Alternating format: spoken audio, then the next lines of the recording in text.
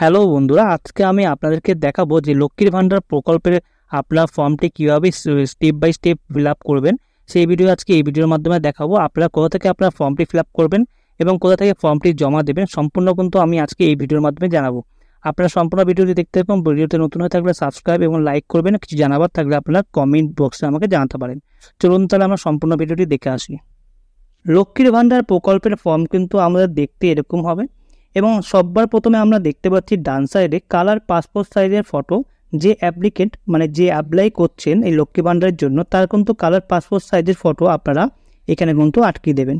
দেওয়া হয়ে গেলে আমরা নিচের দিকে চলে আসলে আমরা দেখতে পারবো অ্যাপ্লিকেশন আইডি এবং এখানে দুয়ারে সরকার যে রেজিস্ট্রেশন নাম্বার, এই দুটো ঘর আমরা ছেড়ে দেবো। এটা কিন্তু অফিসের লোকেরাই করবে, এটা কিন্তু আমাদের করতে হবে না। তার নিচে আসলে আমরা দেখতে পাবো স্বাস্থ্যসাথী কার্ড নাম্বার চাইছে। আপনাদের যদি স্বাস্থ্যসাথী কার্ড নাম্বার যদি না থাকে তাহলে কিন্তু এরা ছেড়ে দেবেন। আপনাদের কিন্তু স্বাস্থ্যসাথী কার্ড ম্যান্ডেটরি নয়। আপনাদের আধার কার্ড নাম্বারটি অবশ্যই দেবেন এখানে। আধার কার্ড নাম্বার দেওয়া হয়ে গেলে আমরা কিন্তু নিচের ঘরে চলে আসবো। নিচের ঘরে আমরা দেখতে পাচ্ছি অ্যাপ্লিকেন্ট নেম, যে আবেদন করছে তার নাম এবং ফার্স্ট নেম অ্যাপ্লিকেন্ট দেবেন। আপনার মিডিল নেম থাকলে দেবেন, নয়তো মিডিল ঘরটা ছেড়ে দেবেন। যদি না থাকে তাহলে লাস্ট নেমটি মানে পদবি আপনারা লাস্টের ঘরে বসিয়ে দেবেন। বসানো হয়ে গেলে আপনাদের সচল একটি মোবাইল নাম্বার কিন্তু আপনারা বসিয়ে দেবেন। বসানো হয়ে গেলে তার নিচে কিন্তু ইমেল আইডি দেখাচ্ছে। এখানে ইফ অ্যাভেলেবেল মানে যদি আপনার কাছে থাকে তবেই দেবেন ইমেল আইডি, নয়তো না দিলেও চলবে।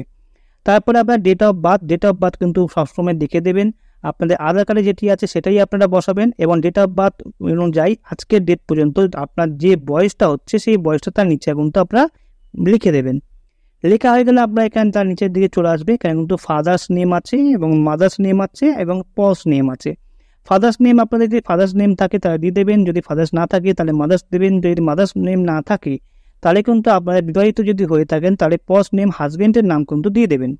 দেওয়া হয়ে গেলে আপনারা এসটি সার্টিফিকেট যদি থাকে বা কাস্ট সার্টিফিকেট থাকে তাহলে কিন্তু আপনারা এখানে নাম্বারটি বসিয়ে দেবেন। যদি না থাকে এই জায়গাটা ছেড়ে দেবেন। তারপর আমরা চলে আসবো কন্ট্যাক্ট ডিটেলসে। কন্ট্যাক্ট ডিটেলসে আপনার কিন্তু এখানে স্টেট ওয়েস্ট বেঙ্গল লেখাই থাকবে। তারপর আপনাদের ডিস্ট্রিক্ট যেটি হবে সেটি আপনারা বসাবেন। বসানো হয়ে গেলে আপনার পুলিশ স্টেশন যেটি হবে সেটি আপনারা বসিয়ে দেবেন। বসানো হয়ে গেলে আপনারা তার নিচের দিকে ব্লক, মিউনিসিপ্যালিটি, কর্পোরেশন যে এরিয়ার আপনারা হবে সেটি আপনারা লিখে দেবেন।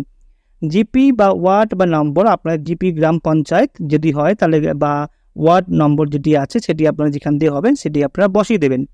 বসানো হয়ে গেলে আমরা ভিলেজ না টাউন না সিটিতে থাকি সেটা আপনারা এখানে লিখে দেবেন। লেখা গেলে হাউস বা পিমিএস নম্বর আপনারা লিখে দেবেন। পিমিএস নম্বর লেখা হয়ে গেলে আপনাদের পোস্ট অফিস যে এরিয়ার লেখা আছে আপনাদের সেই পোস্ট অফিসের নামটি লিখতে হবে এবং পিনকোড আপনার যত আছে আপনারা লিখে দেবেন। লেখা হয়ে গেলে ব্যাঙ্ক অ্যাকাউন্ট ডিটেলসে চলে যাবেন। ব্যাঙ্ক অ্যাকাউন্ট ডিটেলসে কিন্তু আমরা দেখতে পাচ্ছি এখানে সবার প্রথমে ব্যাংকের নাম চেয়েছে। ব্যাংকের নাম আপনার যে ব্যাংকের নাম আছে সে ধরুন ইন্ডিয়ান ব্যাংক বা এলাহাবাদ ব্যাংক যেটি হবে সেটি আপনারা বসিয়ে দেবেন। তারপর ব্যাংক ব্রাঞ্চের নাম বলছে, ব্যাংক ব্রাঞ্চের নেম আপনারা যেটি হবে সেটি আপনারা এখানে দেখে বসিয়ে দেবেন। ব্যাংকের কিন্তু ফার্স্ট পেজে কিন্তু আপনারা দেখতে পারবেন। তারপর ব্যাংকের যে অ্যাকাউন্ট নাম্বারটি আছে সেই অ্যাকাউন্ট নাম্বারটি আপনাদের দেখে দেখে বসিয়ে দেবেন। এই আইএফসি কোড অনেকে কিন্তু খুঁজে পান না, তাদের ক্ষেত্রে বলবো তারা ব্যাংকের ফার্স্ট পেজে কিন্তু আপনারা আইএফসি কোডটি পেয়ে যাবেন, ওখান থেকে দেখে দেখে আপনারা বসিয়ে দেবেন। তার নিচে কিন্তু আমরা নেমে আসবো। নেমে আসলে কিন্তু এখানে দেখতে পাচ্ছেন এখানে ডকুমেন্টস চাইছে। ডকুমেন্টসে আপনার যে যে ডকুমেন্টসগুলো দেবেন সেগুলো কিন্তু পাশে টিকমার্ক দিয়ে দেবেন। এখানে কালার পাসপোর্ট সাইজের ফটো দিচ্ছেন, টিকমার্ক দেবেন। এখানে কপি অফ স্বাস্থ্যসাথী কার্ড যদি দেন তাহলে টিকমার্ক দেবেন, যদি না থাকে তাহলে ইয়ার ছেড়ে দেবেন। কপি অফ আধার কার্ডের একটা জেরক্স দেবেন, এখানে টিকমার্ক দিয়ে দেবেন এবং কাস্ট সার্টিফিকেট যদি থাকে এসটি ওবিসি যেটি দেবেন সেটি সার্টিফিকেট এখানে টিকমার্ক দিয়ে এর সাথে আপনার কোনো সমস্ত ডকুমেন্টস দিয়ে দেবেন।